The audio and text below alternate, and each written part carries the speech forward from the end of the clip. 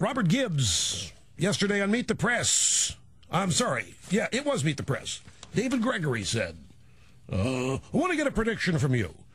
Back on the political debate, is the House in jeopardy? The majority for the Democrats in the House, is it in jeopardy? I think there are no doubt that there are a lot of seats that will be up, a lot of contested seats. I think people are going to have a choice to make in the fall, but I think there's no doubt there are enough seats in play that could cause Republicans to gain control. There's no doubt about that. Whoa, now wait a second. These things aren't said by accident. I don't know that the question was an accident or happenstance. So here's Gibbs saying, oh, yeah, no question about it. Republicans could be caused to gain control. No doubt about that. Almost sounds like Gibbs wants that to happen. Can I give you the scenario? Here's the scenario. Lame duck session. Republicans win the House. As Gibbs, oh, yeah. Pretty likely, I think, out there, Dave. Yeah, we and Obama, we've been talking about it. Yeah, pretty good possibility of that. Fine and dandy. So they win the House, Republicans do. Then here comes the lame duck session, ramming through all of this rot gut that we talked earlier about. Then here comes the Alan Simpson Irksome Bowles Debt Commission report, recommending the end of mortgage interest deductions, a VAT tax, all kinds of new taxes, maybe some spending cuts. Add to that, no improvement in the economy, and voila, Republicans assume control in January when things are going to get worse, because once January arrives, we've got the Obama tax increases associated with health care and the sunset of the Bush tax cuts. So we have a tsunami, a potential tsunami of disastrous proportions waiting to become reality starting in January 2011. And the Republican Congress would be inaugurated right about the time all this stuff is kicking in. And they would be in power whenever anything and everything starts to get worse. Obama, as president, will be proposing fixes and solutions. And they, of course, will be anything but. They will be proposals to make things worse. The Republicans, being who they are, as they should do, will oppose all of it. Riding to Obama's rescue will be the media. And the media says, he's trying. Poor old Obama, look what he inherited from Bush. He only got 2 years to implement his stuff, and then the Republicans have taken control again. And the Republicans are roadblocking everything, which is what they've been saying these 2 years. Or this year and a half. Republicans can't stop and haven't been able to stop diddly squat. But still, all of the so-called, and the media can't have it both ways. Look at this. There's a story here in the one of the stacks I've got. Democrats in Congress gain victories, but not acclaim. In a risky strategy to win back voters, Democrats could push high-profile issues, such as immigration and energy, even if their efforts are almost certain to fail. And here's it's the LA Times. Democrats have pulled off one of the most productive sessions of Congress in decades, but have yet to win much in the way of approval, even from voters in their own party. Now, wait a second. You cannot have it both ways. You cannot run out there and say the Republican Party is the party you know and blocking everything, and then come around and write this story, so, oh, look at all the good the Democrats are doing. Why? One of the most major achievements in the history of Congresses.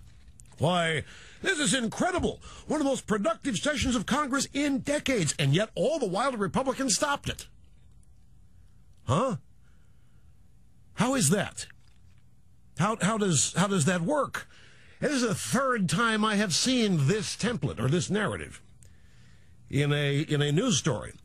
So this is already set. The Republicans have been blocking, and Democrats have been doing great things, but they're not getting any credit for it. No. The reason they're not getting any credit is because nobody likes anything that they're doing. So back to the scenario. All of the excrement hits the fan starting in January, coinciding with the Republicans taking control of the House, maybe even the Senate, and being sworn in, and Obama proposes all these fixes. And Debt Commission, by the way, can't do anything on its own. The Debt Commission can make recommendations, but then they have to be enacted into law via legislation or executive order or what have you. So let's say the Republicans say, we're not going to do all this. This is going to destroy what's left of the country. There's Obama saying, see, we have been appointed this commission. I got people that really care about this. We're going to fix this country. I inherited a mess. And the same people from whom I inherited a mess are now in charge over in the House of Representatives. And you can bet that the media chorus would just line up and follow the same thing. I mean, I think the Democrats, Obama, might actually hope the Democrats lose so big that they might as well go for broke and get everything they can during the lame duck session.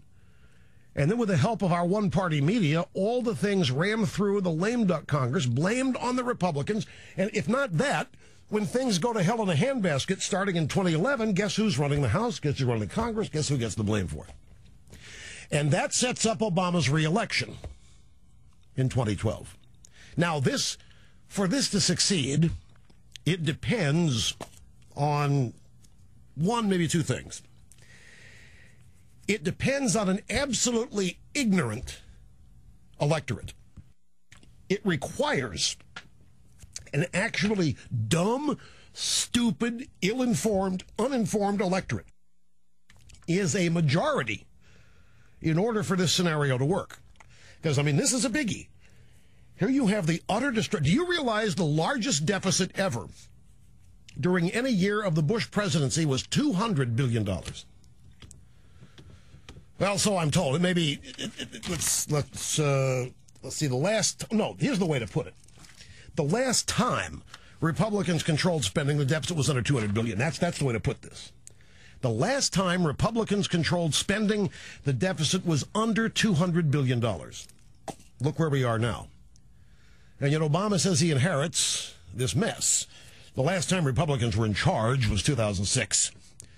And Pelosi and her gang took over 2007. And that's when the debt started skyrocketing.